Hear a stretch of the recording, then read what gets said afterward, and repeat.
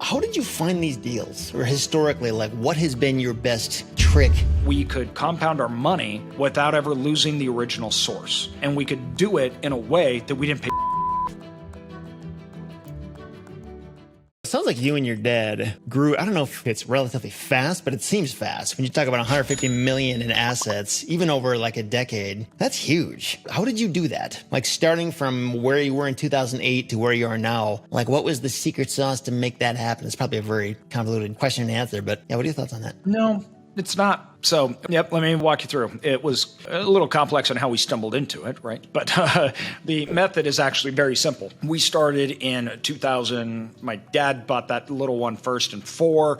Then we bought our next one in 2005. And then we bought some small ones, rode through the recession, and they just kept going. But because of our situation, we had to manage, right? Because there was no third-party management available. That meant when we bought them, we needed the revenue to pay for us and the management, okay? But in order to grow our portfolio, we needed to do two things. We needed to get our money out and get it working again. So we couldn't have our money trapped in the assets, right? Or that would kill our ability to grow. And so if we sold it though, we would lose the income to pay for the management. So our simple strategy was we are going to find underperforming assets, and then we are going to increase the revenue, refinance those assets, take all our money out plus profits, use that now tax-free to buy another one while that asset is still paying us. And then we would buy another one that was underperforming, we'd turn around, refinance, and do it over again. So that meant we could compound our money without ever losing the original source.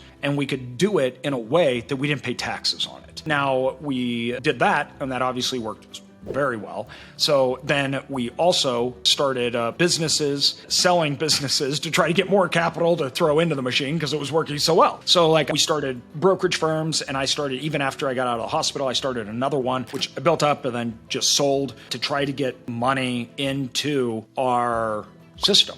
Now, learned very quickly that it's a whole lot easier to just partner with other people than starting businesses and trying to sell them to get the money. So then we found out, well, you can do that just doing it with other people, using OPM, other people's money. So then we still got our compounding nature. We could still get our capital moving. We didn't lose that at all, but we didn't have to go start a business and sell it to amplify it. And instead of amplifying it, we just had other people come along with us. And from there, it obviously just exploded after we'd figured that out. How did you find these deals? Or historically, like what has been your best trick for like using direct mail? Are you just calling people up? Is it just a networking thing? Is it all the above? Until last year, I'd never bought a deal on market. Okay. So until last year was the first year we'd bought deals on markets. We have a 3-tiered approach. We work with brokers. So prior to that, we had a relationship with 2 brokers. One of them was the main broker, and he brought us the deals off market. And he'd bring them to us. They were in these markets and everything. We were very clear on what we wanted. So we developed great relationships.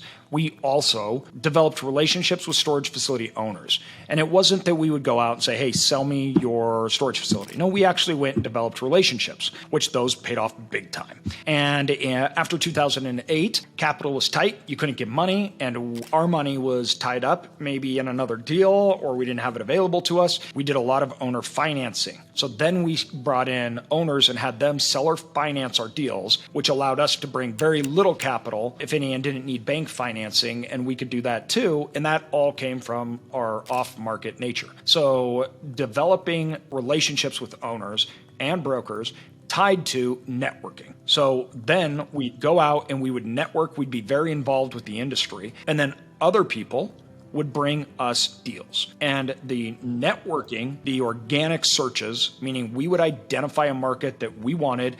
I would find all of the facilities in that market. I'd list what the best facilities in the market was, predicated on their location, their size, and whether they were being poorly operated or not. So the best location with the perfect size for us that we wanted that was being horribly run would be number 1 on that city in our hit list. From there, I would go around and basically the top 5 we would try to hit, but I would go talk to all of them in that city. And we would try to develop relationships, learn from them, and those resulted in acquisition.